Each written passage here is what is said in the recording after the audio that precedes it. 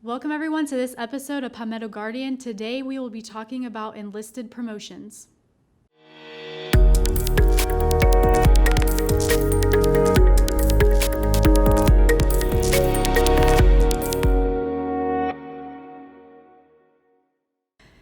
Welcome everyone, I'm Sergeant Chelsea Baker. And I'm Sergeant Brad Mincey. And this may sound weird, but that was super weird introducing myself because clearly I am now sergeant and not specialist anymore. So for those listening and watching, you're probably just as confused as I am. Congratulations on your promotion and welcome back from Jordan. Yeah, thank you.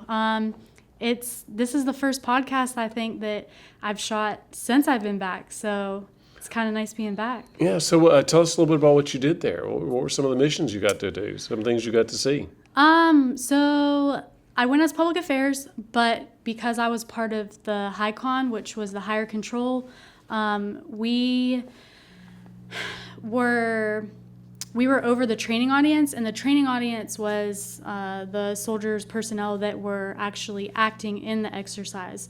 So we were basically kind of just throwing injects out and just making sure they were on track with what was going on and that they were following the right procedures and processes and stuff like that. So it was a really good experience. I thought I was going to go and do some cool videos and shoot some photos, and that didn't really happen, but I met a lot of cool people, made a lot of good connections, and it was still a good experience overall. So I'm excited. Well, I'm glad that I did get to experience that.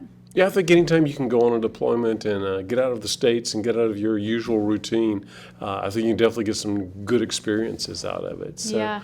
Were you expecting to get your promotion while you were there, or was it kind of surprised? It was definitely a surprise. Up until we left, it was a big push trying to figure out where I fell in the process. And so I didn't think it would happen until I got back. And luckily enough, there was people there, the right people at the right time kind of thing. And they kind of helped me out and made the right phone calls and got it done. So it was really cool to be able to say that I got promoted in another country, and General Owens was the one that pinned me, so that was pretty cool. And then, of course, to have people there that, new faces, I guess you could say, that making new connections and things like that. So it was a cool experience to experience that while I was there. Yeah, I kind of hate that we weren't able to be there as public affairs people to kind of get your promotion with you there. I know, but, I feel but I'm happy for you. I'm glad you were able to get this done. It's well deserved, and Thank you. I'm glad you finally got that promotion. Yeah, thank you. It was a little weird because with us being such a small little group, we don't get to experience and do these kinds of things together like a regular line unit. I mean, you might have 3 or 4 promotions every drill, but for us, it's here and there, when out of the blue moon, I guess, in a sense. So it would have been cool to have everybody there and experience that, but it was still exciting to have people there that were just as encouraging and excited for me and everything like that. But I'm definitely glad to be back, and it was a great experience. I wish all of us could have went and got to see Jordan together. It was fun. So what was the best part? What was the biggest bang you got out of it? I would have to say, besides meeting new people and making connections with other people in the Guard that I probably never would have met if I didn't go, would have to be the sightseeing. We did get several cultural days, and it was cool because I've deployed. I don't know if you've deployed or not. So you have this mindset, because you see things maybe on TV or movies or in the news or whatever. You have this perception of a specific area or culture, but then you get there and it's completely different than what you expected or what you thought. So it's kind of a shock in a way, but it's cool to experience things that are different from us, because obviously I've lived in the United States my whole life, so that's what I know. But to go to another country and see their culture and how they live and how they experience things and their food. Oh my gosh, if you ever get the opportunity to go to Jordan, go to Jordan. Their food is amazing. I'm not talking about the chow hall food. I'm talking about out in the city, if you're somebody who doesn't like to try new things, you have to try the food. And not just the food, I got to have sushi while I was there, and Mexican food. Jordan sushi. Yeah, well, okay. But it wasn't Jordan's. It was, I believe the guy was from Japan or somewhere like that. But I mean, you think, like I said, you think of it as being Middle Eastern, and they're very, what's the word I'm looking for? Like, I don't even know what I'm looking for. They're not strictly Muslim, or they're Muslim and then they have Christian belief and everything. So it's more modernized, I guess, in a sense. So the culture is a little bit more diverse than what you were thinking it really was going to be. Yeah, and I mean, they have McDonald's, they have Burger King. McDonald's is everywhere. I know, and you know what? I had to have a Big Mac while I was there because I was like, I got to see if this is just as good as back home. Yeah, a lot of places I've talked to people go and get a Big Mac or some other type of burger from a American-style restaurant, and sometimes the flavor is very different. Was it pretty similar to what you were used to? Yeah, I mean, it didn't seem any different. It was cool to see like their the boxes with their writing and then the cups and everything. They also have malls, and they have the same exact stores we have. And so it's just weird because, like I said, you go there thinking one thing, but when you get to experience it, you realize that they're not any different than we are. They live the same way in a sense. The way they live, or their food, or their clothing, things like that. Their work might be a little bit different, but overall, I mean, they get up, they go to work, they go to school, and it's just, they do the same things we do, just a little bit different. Yeah, I think one of the best things about being in the National Guard, although when I was regular Army, I did get to travel a little bit. I spent about a 6-month deployment in Honduras, but since being in the National Guard, I've actually done more traveling in the Guard than I did in the regular Army. A few weeks here in Japan, a couple of weeks in Romania, a few different places here in the States. So I think that's definitely one of the really great aspects of being in the Guard, is you have that potential, and you're not necessarily going for a year or 2 years or 3 years, but sometimes you can do those little short deployments. And yeah, I think seeing that difference in culture, and does it fit that sort of stereotype that you have in your mind, or how different it really is, it can be pretty dramatic. And when I went to Japan, the one thing I sort of was disappointed in, we didn't get that many cultural days, but the one day that we did, we got to go out to the restaurants and see the food, see some of the temples, and it was just really great being able to do that. Romania, we definitely got to go out a lot more often. So yeah, if you get these opportunities, it's definitely good to go out and experience other cultures, see the diversity of the world, and realize that, yes, we're all different and have different ideas, maybe different priorities, but we're all humans when it eventually comes down to it. So. Exactly. So you did all of that while you were in the Guard? Yes, it's public affairs. I'm going to have to talk to Sergeant Cashing, because that was one of the reasons why I wanted to become public affairs, was to travel. And this is the first time, this is the first exercise that I've been able to go on since being public affairs, and go somewhere other than Georgia or South Carolina or Indiana. There's nothing wrong with that. Keep in mind, I've been in the Guard for about 10 years now. So I have a you'll couple get more? there. Yeah, Okay. you'll get there eventually. Okay, There's always opportunities. Wait a couple years and then start complaining? Yes. I'm just kidding. Well, since we're talking about promotions, and it kind of goes with our guest speakers today, they are going to be talking to us about the enlisted side of promotions. So hopefully there's been lots of questions since we've started the podcast, and one of the biggest topics that keeps getting brought up is the enlistment promotion process. So today we have some special guests, and they're going to talk to us about that process. Yeah, I think they'll have some good information for what sort of things soldiers can do to get promoted, to make sure that they're having the paperwork and stuff in order. So hopefully our listeners will get some good information out of them. So today we have Sergeant Major William Kyzer, the State G1 Sergeant Major, as well as Master Sgt. Donald Black, the State Enlisted Promotion Systems Manager, and they are both here to talk to us about enlisted promotions. So thank you guys for both being here today with us. Absolutely. Thank you for having us. Glad to have you guys. And before we go, congratulations. You just recently picked up E5. Yes, sir, So Major. welcome to the NCO Corps. Thank you. Yep. So could you start out, Master, and explain a little bit of the process for the enlisted promotions? Certainly. So the first thing that happens every year at the board cycle begins, we do a board. At these boards, we have soldiers of the same rank come together, and they will evaluate a soldier's record through IPERMs and rank those soldiers accordingly based on the records in the file. And at that point, they score the soldiers anywhere from a 2 to a 6. And so the maximum a soldier could get would be a 6+, and the minimum a soldier could get would be a 2-. So anyway, we totaled the scores from all the board members, and that is that soldier's score to go on the list. So what are some things that you guys look at when you're on this board? Well, actually, paragraph 7-35 in AR 600-8-19 discusses evaluating the whole soldier process, but the main documents that are reviewed for evaluating a soldier are their most current NCOERs and the previous 2, and also PT cards, height, weight forms, any DA Form 1059s from school, any awards they receive, and their enlisted record brief, their ERB, that shows their past assignments, things they've done, deployments, etc.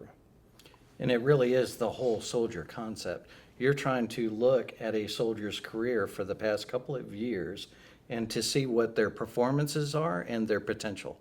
So all of those go into factoring the whole soldier concept. And those are the tools that we use to get that done. Correct. Now, is this process for the board, is that more for like E4s?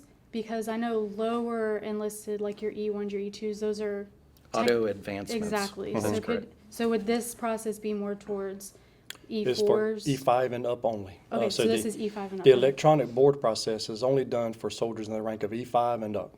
For E4s to E5, the unit still produces a soldier evaluation form, a specialist evaluation form, if you will, that ranks each specialist, and then they come together and have units held at the MSC, the Major Subordinate Command, and they will grade their soldiers based off of those soldier evaluation forms that were completed by their supervisors.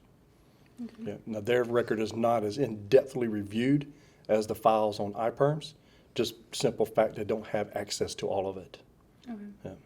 So what are some things that set some of the higher graded or higher scored soldiers from those who don't get quite as high?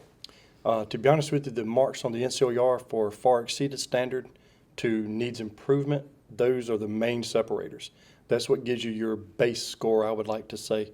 And then any additional increase or decrease in score would look at your past history as far as what assignments you've held, if you've ever held a leadership position, such as a first sergeant. For those being considered for sergeant major, first sergeant is a big deal. Or if you're headed for Master Sergeant, being looked at for Master Sergeant, if you were actually served as a platoon sergeant, and did you just serve as a platoon sergeant in theater or just in CONUS? Those things all weigh in. Now, can you explain a little bit the process of the promotion list as far as how you get ranked? Is that based off of the board and? Yes, 100% comes off the board. So the board members enter their score into the computer system, and then the computer system totals all those grades that you receive from your board evaluators, and then you get a total score. And so you're listed on there from highest to lowest, and then in the event of a tie, because there always are some inevitably due to the number of soldiers we have, time and grade becomes the number one tiebreaker. So if you've been in E7 longer than someone else, then you'll be higher than that other E7. And then if there's a tie in time and grade as well, it goes to time and service. And we haven't had a tie there to have to go further. But if in fact it does, it would go to date of birth. Oh, wow. Okay. Yep, so the older the better. Well, and as we're talking about boards and where you rank on the list, we cannot emphasize NCOERs in this process. So whoever writes the best NCOER for their soldiers, that's how you're going to start separating yourself from your peers. So it's really on the raters and the senior raters during the evaluation process to really know what's going on with their soldiers and capture that on the evaluations. Correct. So what are some things the soldiers can do if they're looking to make sure that their NCOERs are intact, that their qualifications are intact? What are some things that they need to be doing to sort of doing self-checks in preparation for their next promotion? There's a few things they can do. Number one is maintain a accurate viewpoint of their record to ensure that they have everything in there that should be, and there's no awards missing, there's no DD-214s, no official forms missing from their record that should be there. The other part is to know when your NCOER is due. That's a big piece. Know when you should be talking to your rater and saying, hey, I've completed my annual review is coming forward. I need you to be working on my NCOER. Here is my support form. This is what I did for you this past year. Please include it as such. and then work with them and say, hey, stay on them, don't let them go. Stay on them until you know for a fact that it's been submitted to HQDA, and you'll know that because you had to sign it through the EES system, the evaluation, the electronic evaluation system, EES. The one final thing they can do to affect their scores on the board, let's say in fact the soldier does not get their NCOR in time, and it doesn't make it into the PERMS file before the board conducts. There's nothing we can do I can't take a draft copy and present it to the board. The only thing that the board can see is documents downloaded directly from PERMS, that's by reg. But they can write a memorandum to the president of the board, and highly recommend that they do so. Address the situation. Why is my NCOR late? Or why did I not take an APFT this past year? Or why am I not in compliance with height and weight? Was it due to a medical condition that I had, et cetera, an accident that occurred, et cetera? By writing those memorandums, it really helps the board members to see that the soldier is, number one, taking responsibility for their record and they're tracking their career. And also shows them that they're willing to explain any deficiencies. So they don't have to ask questions, they got it right there in front of them. So for M-Day soldiers, is there a process, a form? What's the best way for them to go about doing these memorandums that you mentioned? Actually, we are in the process with this next board cycle. We will actually have a example memorandum letter to the president of the board. And so with that example, it'll be given to every soldier. If you have a need that you need to write one, here's a go-by, type it up, sign it, send it to your unit admin clerk. It will be forwarded to the state EPS manager and handed to the president of the board. Is this going to be like easily accessible somewhere? Is it something they can download somewhere? It will be on the app. Yes, sir. Sure. So before we go into the app, you were mentioning your evaluation time period. Correct. What was it called again? The NCOER? Yeah. So is that different for everybody, or is it the same time every year? It is different for every Okay. soldier. Yep. And basically your admin personnel can advise you of when your annual review is coming forward. However, it changes if you get a change of rater. So like if you were promoted on 1 August, then your evaluation end date will be 31 July of the following year. But let's say you get a change of rater somewhere in between 6 months down the road. So now your annual rater will be in January. I mean, your annual will be the following January after you had a change of rater in NCOER. So your time can change based on what happens to you during your career. Okay. But for the most part, whenever you do one, 12 months later, you do your next one. So like for me, since I recently got promoted and my promotion is July 30th, so I should be working on my evaluation now, like taking notes and stuff Your like that. support form. Yeah, Yes, that's right. but then come next year, if my unit isn't talking with me about it, then I should bring it up and say, hey, It should be your first line supervisor, Okay. Correct. who Let's is start. typically your rater. That's right. That's the way it should be. But then if that were to change, then it would be, A change of rater, NCOER. okay, Yeah. And by all means, bring it up 30 days in advance. Don't wait till July 30th. correct. Because Right. the Department of the Army gives us 90 days after the NCOER is due before it's considered late. But you can actually sign your NCOER 14 days prior to the end date. Okay. Yep. And that actually gets it more time to be in the system and evaluated by the HQDA examiners and actually make it to your PERMS file in time. As we File all to know, the board. sometimes even once we put the paperwork through, it has to Correct. be That's correct. recalled and put back through a second time, or it's a Yeah. third time sometimes. Correct. Yeah. Waiting that 90 days is the absolute wrong answer. Reason being is that you have a very high chance of missing the cutoff date for the download from iPerms for the board. That's right. Yeah, I think that because I'm still coming up the ranks, that especially M-Day side, they don't know the process, they don't know what to do and how to help progress themselves because they are 1 week in a month and 2 weeks in the summer. But for Correct. somebody full-time, they may have a better understanding. So if you're listening, watching, or anything like that, make sure that if you're in to stay for the long term and you're wanting to progress in your career, you have to do things for yourself. And That's right. your unit is there to help guide you and give you the information you need, but ultimately you need to step up and be the one that's Well, and you putting in the shouldn't work. suffer in silence, Exactly. right? If you don't raise your hand and say, I have a question, then a first line supervisor can't step forward and fill that gap. Or a full-timer, a readiness NCO or a training and admin NCO can assist the soldiers with getting the knowledge the M-Day soldiers need and then getting the results they need for board actions. And I think that's the disconnect too, is they don't ask the right questions, they may not know what to ask, or they're just too afraid to ask, really. So Yeah, so with these soldiers, particularly the M-Day soldiers, I know for temp techs or soldiers who are full-time working here, it's a little bit easier for them to sort of kind of know when their NCOERs are due, when their paperwork and process is due. What sort of policies, procedures do M-Day soldiers have? What are some things that you would recommend or suggest for them to actions that they can take to make sure that they're prepped and ready when their reviews come around? So basically, I have a very short memory. I don't remember what I had for lunch. So I have to write it down in order to make sure that I'm able to give my supervisor a valid estimate of the things, or the valid statement of things that I've completed for my support form. So by all means, every drill, write down what occurred. Write down what you think you did well. And then that way you can show it to your supervisor at the end of your 12 months, or nearing the end of your 12 months for your coming up for your NCOER. Hey, these are the things I accomplished. And that would be a big help to the supervisor, because we're all very busy. We got it. We understand. And it's not the correct way to do it. It's not the preferred method, but it is beneficial for you to provide your supervisor notice of the things you've accomplished, because they can't remember everything. And proper use of the support form. So you're a brand new NCO. So somebody should be showing you what an NCO support form should look like.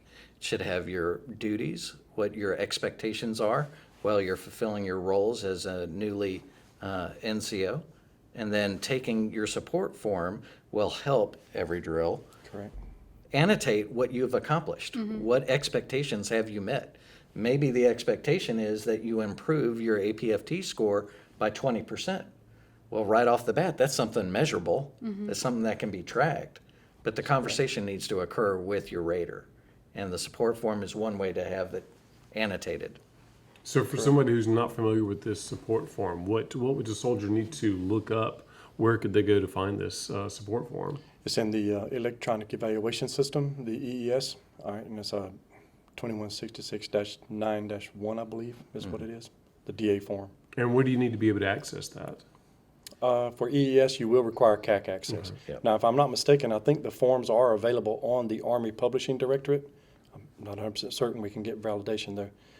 And so they are downloadable from forms. On that site, you go to the forms link and then click DA forms, and you should see 2166-9 series. One will be the actual evaluation, and one will be the support form. And they're PDF versions that are easy to email. Correct. So if you can get a hold of one of the PDF versions, then you can use that at home during the month as you get ready for your next drill. Right. now, can you tell us where people or soldiers can look for the promotion list and that kind of thing? Because I know that some units will post it up, but is there somewhere that they can access this to view at any time? Yes, absolutely. It's available 24/7 on the South Carolina Army National Guard app, and I have to refer to my notes so that I'll tell you exactly correctly. But on the South Carolina National Guard app, you would select current soldier link, and once that is loaded, scroll down to this section, promotion list, sergeant through sergeant major, and then select the appropriate one, and then it would be available for you to view. Now, those lists are masked, and what it means is we don't want everyone's personal identifiable information available to the public, and since the app is 100% public, we changed it to where it's the first 3 letters of your last name, first 2 letters of your first name, and then your date of birth. And so that's how it determines, that's how you know that that's you on the list you're Yeah. looking at. Yep. And if you know that your unit doesn't have them publicly displayed in your armories, you need to request that they do that. That isn't an inspectable item. Correct. So your unit should be providing you that as an M-Day soldier. Okay. Yeah, I was looking before I went to Jordan. I was looking, just curious, because I changed MOSs to see what the promotion list looked like, and I knew it was on the app, so I went on the app, and I'm like, what? I was reading it, and I was like, good thing there's only 2 of us on there, because I didn't know what the breakdown was. So Right. you explaining it makes more Yes. sense now that Yeah. that's what it is. So Yeah, we didn't want any PII out there. yeah, so- Right. But I mean, it's nice to know that the app has so much information on it, and it's nice to have it at your fingertips if you're sitting at drill, or if you're at home with one of your buddies and you're talking about it. You can just pull it up and figure out where you're at instead of having to wait till next drill or Yeah, that's right. guess or That's right. anything like that. So, I mean, it's very useful, and it's nice that it's readily available to us. Absolutely. And another concern was, how often is the list updated? Yes. Well, the list is updated almost daily. However, we can't publish it daily. It would be too cumbersome a task. So what we strive for, and does not always occur, but every Wednesday, we try to publish the list every Wednesday to the app and to the skip page as well. But for soldier access, ease of access, we try to post it to the app every Wednesday. So what sort of things, I guess, soldiers gone through the process, they've been checking checking the app or going to the skip page and finding kind of where they are on the list. What if they have sort of a disagreement with where they are? What if they think they should be higher, or maybe they have a disagreement with how long it's taking them to get promoted? What sort of options would a soldier have at that point? Yes, sir. Well, at that point, they're encouraged to use their chain of command to ensure that they address it with their first line leader first and go through their chain through their commander, who will then, if they feel it's warranted, and most times I've never seen them block it yet, they will forward all concerns forward, and it'll eventually make it to us at the state EPS office, at which we will address the situation to look into it and see if there was something, if it was an error in the soldier's file for review. Now, if there is another process called Standby Advisory Board, and that process is used to fix errors when they occur. Yes, sir. And so that is another option once the soldier once the board process is complete. That is a viable option for the soldier to request a Standby Advisory Board if they feel that their record had an error in it that the board members didn't get to see the correct information. And as it relates to a Army process, if there is a flaw in the process, they can also reach out to the Inspector General's office. Correct. So they can reach out to their MSC's IG office and see if they can get some help there. Now, is there any advice that you would give soldiers as far as this whole process? Things to look out for, maybe things that could help them get higher on the list, I guess schools and stuff like that. Like, what would be some advice that you would give soldiers for their promotion? First and foremost, complete your structured self-development, or as currently now being changed to the distance learning course, or distributed learning course, the DLC. We have 2,496 E4s eligible for E5 in the South Carolina Army National Guard. Of those 2,496, over 1,200 were removed from the list automatically because they did not have SSD completed. By regulation, you have to have your SSD done to be on the board, to be boarded for E5. And so since it didn't have it completed, we couldn't put them on the list. So almost half were removed straight away. Why do you think soldiers aren't getting these DLCs completed like this? Well, the DLC process is going to change it a little bit, but the SSD's been around a while, and I think soldiers just aren't placing the emphasis on it. So it's their career if you're really interested in it. And it's not just E4 to E5. Right. It's about 40% E5s did not have SSD 2 completed, and 30% of E6s didn't have SSD 3 completed, et cetera. The percentages went down, but so did the number of soldiers with the rank. Mm-hmm. So by all means, please make sure you accomplish everything that's on your end that you're responsible for to be eligible. Maintaining a current APFT is crucial. Maintaining a current height and weight in compliance is crucial. If you can do those, then if you do those and you do well in your career and in your job, you'll do fine in the Guard. And for me, when I'm sitting on a board, I'm looking for the trifecta, right? I'm looking for the Dea photo. Did they have their ribbons rack and everything on their uniform? Dress right dress. Means their attention to detail and that they care. And then their enlisted record brief. Is everything up to date? Did they actually look at their enlisted record brief to make sure their assignments are good, their awards are good, their awards match the DA photo? Mm-hmm. And then finally, the NCOER. Did the soldier show potential over these 3, 4, 5 NCOERs that we look at? Has the soldier stepped up and taken on more and more responsibility? If that can be demonstrated in an NCOER, that speaks a lot to potential. And as you're sitting on a board and you're looking at these 3, 4 NCOERs, you can tell is somebody progressing up or somebody trending down. And that's going to impact where they end up getting their scores. That's correct. Now, you said, you mentioned the DA photos. When is that required? Because I've heard mixed. So it's required as an E6 going to a board. So E6 and above, if you have a major award, a rank change, you get a new MOS, so your branch collar changes, any major changes to you and your uniform should require you to go get a new updated DA photo. And if you have no changes, they're good for 5 years. But most everybody will at least receive an RCOM within 5 years. And that's, there's a reason for a change right there. Yep. So, and kind of your area would be talking about DA photos a little bit. I don't know about that. There's a DA lab at Fort Jackson. They can go to Fort Jackson and get their DA photos done. So it's working with your unit, working with your first line supervisor. When board season comes around, you want to be ahead of that curve. So don't wait until the month before we have a board at the G1 Correct. to decide, oh, I need to go get my DA photo. So if you're listening today, make sure you go get your DA photo. So Now, as far as ERBs, what's the difficulty of, what's the process of making sure it's up to date? So say you got new awards, what's the process for that? Or like for me, I had to retake my ASVAB to be able to change MOSs. What are steps that you need to take in order to make sure that those things are correct? Those are handled by your unit administrative personnel. They'll be able to make the changes required to the ERB.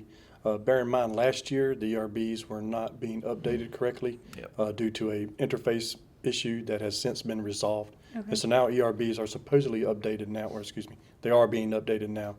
So by all means, have your personnel administrative, your unit admin personnel, all you got to do is supply them to support documentation, or either if it's already in perms, just point it out to them, and they can make those changes in the ERB.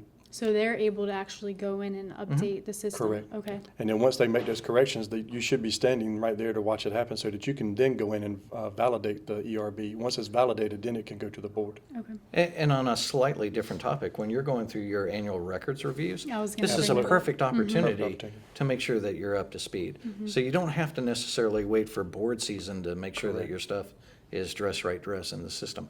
Do those annual record reviews with your unit clerks and readiness NCOs and make sure you're good to go there. That's right. So you guys have mentioned several times about how important it is for the soldiers to really be involved with their own progression. Correct. You mentioned a few things that they can do. Are there any other ideas, any other things that you think kind of would be some key elements to make sure that they're doing their NCOs, their NCOERs, their ERBs, height, weight, PT, APFTs, those types of things? Well, for sure, maintaining compliance in all those areas. And the other one is the new regulation, or AR 600-8, blah. So AR 600-8-19 was rewritten and republished in 16 May 2019. So it was just recently. So paragraph 7-40 alpha states that soldiers with professional military education, so like an E4 going for E5, if they have BLC, they have priority for selection. They will be selected first, no matter where they are on the list. So you could be number 1 on the list and don't have BLC, and number 10 on the list does. Well, number 10 on the list is going to get that offer, not you. So if you can do it, do your NCOES as soon as possible. Get your BLC completed, ALC, SLC, etc. That, and don't be afraid, along with that, but to take on harder assignments. Absolutely. If you know through career progression that you have an opportunity to maybe branch out or take a broadening assignment, maybe be a recruiter, right? Maybe work in the IG's office. Those kind of assignments are showing you're taking on more responsibility. If you can demonstrate that in an NCOER, you're really setting yourself apart from your peers. And if you can do that, that's going to help you on the boards. So do little things like being with the honor guard, those types of things, are those beneficial for soldiers as well? Absolutely. Yes, sir. Anything you can demonstrate on the NCOER that you're showing you're going a little extra above what's required to show up to drill and get a drill paycheck, that you're putting more into the organization than you're taking from the organization, you're going to separate yourself very quickly from your peers, and it'll show in the boards. That's true. Now, I guess to end, is there any other things that you would like to share as far as just enlisted promotions in general, besides like the things they can do? Is there just anything on last note that you would like to Well, end with? we are constantly reviewing the processes that we undergo. One of the main things we want to make sure is that we don't overlook any soldiers. We don't want to step over a soldier in lieu of another. We want to be everything to be above board and transparent. Yep. We're not trying to hide anything, so by all means, if you have a question and you don't feel if you got the answer, don't hesitate to give us a call. State Command Sergeant Major Vickery has an open door policy. We don't mind getting questions, because if we're getting questions, that means somebody cares. So by all means, ask us the questions. We're there to help. That, and we started off with don't suffer in silence. I can't think of a better way to close this up. Don't suffer in silence. Ask your unit, your chain of command, your full-time staff. If you have a question that's not being resolved, continue to escalate. There are levels from battalion to the MSE to state. There are smart people at each level in the chain of command. Tap into those resources, get some answers, and then improve your foxhole. And as it relates to EPS, make sure you got a good NCOER. That's right.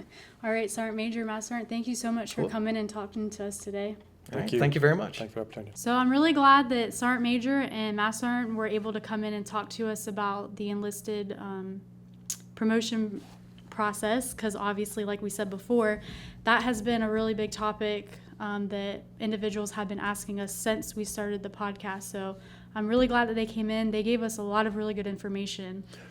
Yeah, I definitely think soldiers who didn't know what the policies and procedures were for getting promoted definitely have a lot more information in their hands now. And I think one of the biggest takeaways from that whole conversation was to be interactive, to be involved with your own promotions, and know that it's not just going to automatically happen, that you have to be involved. You have to get your NCOERs taken care of. You have to be informing your chain of command and your leaders of the things that you're doing.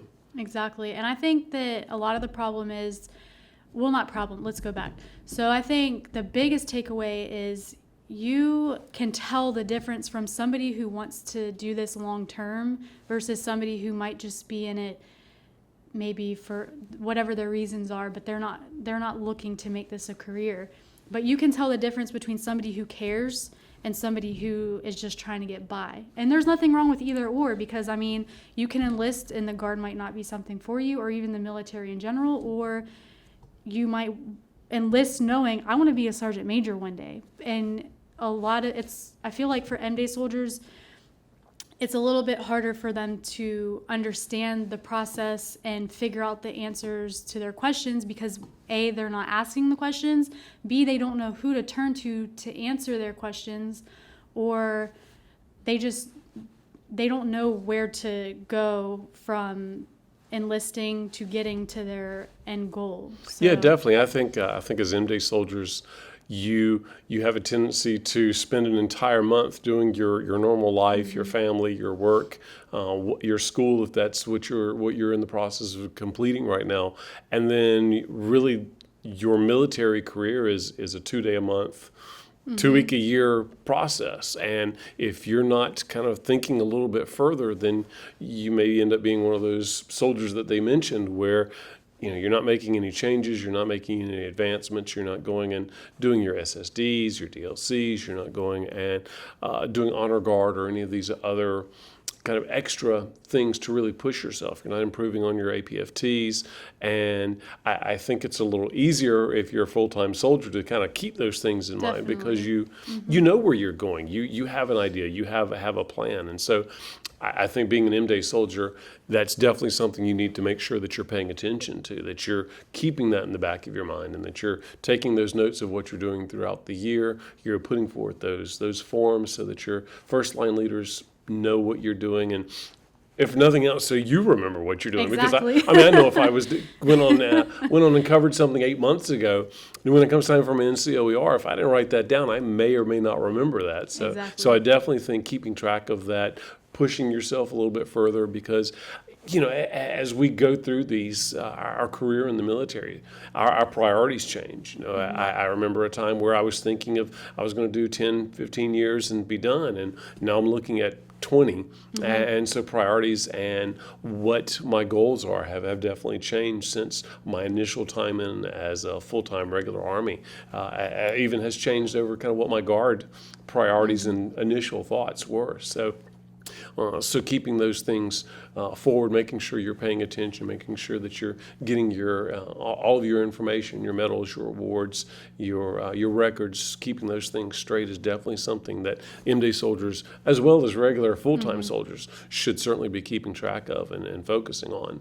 Exactly. And I think there's a little bit of a misconception because people here, and not just people who aren't in the military, but people who are in the Guard, they think, and I think this is more maybe for E4 below because I've felt this way in a sense before for being full-time, but there's the misconception that you're a soldier 2 days or 1 weekend a month and 2 weeks out of the summer. But in reality, whether you're wearing the uniform or not, you're still in the military, you're still a soldier, you're representing yourself. So even though people have that mindset that, well, if it's not a drill weekend, then I'm not going to bother with it. Well, if you want to progress, you have to find the time to figure out what do I need to do to get to this point. And if that's having to take time during the week and throughout the month, and it's not drill weekend, and especially when you're in leadership positions. I mean, before I transitioned and I was still an MP, I was an E4 team leader. So even though I was National Guard and I had my full-time civilian job and I was in school, I still had responsibilities throughout the month to make sure that my soldiers under me were taken care of. They knew whatever information they needed. And you don't just flip a switch off when you leave Sunday evening from drill. Like, it's nonstop. And if you come in with the mentality that this is just something I'm doing 1 weekend a month and 2 weeks in the summer, then, I mean, I'm not saying you're wrong, but your path might be different than somebody else who's wanting those things. Yeah, your progression's definitely going to be slowed. You may not get where you want to be. I know when I was going from E4 to E5, there were we struggled to get my SSD1s done. There was computer issues, there was access issues. And again, all this is as an M-Day soldier. I think we tried 4 or 5 different computers in multiple different ways, and we ended up just having to figure out a time where I can come in and work with your units to get these things done during part of drill weekends or maybe as part of your annual training. So I think a key portion of that is, first of all, learning the process, and I think the sergeants and sergeant major who came in today definitely had some good information for the soldiers who didn't know sort of the process, and then making sure that you're pushing forth and pushing yourself to accomplish these goals, and maybe not just doing that bare minimum, but taking it a step further and doing those next couple of steps, really going that extra mile. Exactly. So my biggest takeaway from this episode is, if you have a question, ask, because you're not going to know, and you're just going to always wonder what if. And if you just took the time to ask the question, your leadership, your full-time staff, they're there to help you. They're there to guide you. But they don't, like they were saying earlier, they don't have the time when you're in a unit with 150, 200 plus soldiers. They don't have the time to sit down with each person individually to help you make sure you're going on the right track. That's why you have your team leaders. That's why you have your squad leaders. That's why you have your platoon sergeants. So if you don't know, ask, because the only person that's going to help you progress is yourself, and you're only going to hold yourself back if you don't find out what those questions or the answers to your questions. Definitely, and I think sometimes the easiest person to kind of start with is that last person that you knew who got promoted, because they've gone through the process. They maybe have already gone to the schools that you're going to be going to next, or have already completed those online courses, and then they're kind of a great starting point. I know for me, those are kind of the people who I've depended on and asked the questions of well, what do I need to do here? What do I need to complete here? Because if they've just completed it, you're probably going to go through a similar process. Probably not a whole lot's changed in 4, 5, 6 months, maybe even a year's time frame. I know things do change sometimes, so you can't go at 100%, but typically you have a guideline of where to base things off of. Yeah, you've kind of got a starting point and ending point to look at. And everybody's experience is different as well. So it's like talking about deployments or past training. Like, everybody's experience is going to be different than the next person beside you. So having that foundation, maybe a mentor in a sense, definitely would be helpful. And then, of course, just make sure you're asking questions and don't think that there's a question. I know people say that there's no stupid question, and there really isn't, because if you don't know, then how are you supposed to figure it out? Well, and like I was just saying a moment ago, not only being sort of that person who is going to ask the questions, but maybe you're that sergeant or that NCO who just went through the school. Are you really a sergeant? Are you really handling and sticking by that NCO creed? And I'm gonna inform those below me, and I'm gonna make sure that those who are coming up in the ranks know what they need to know.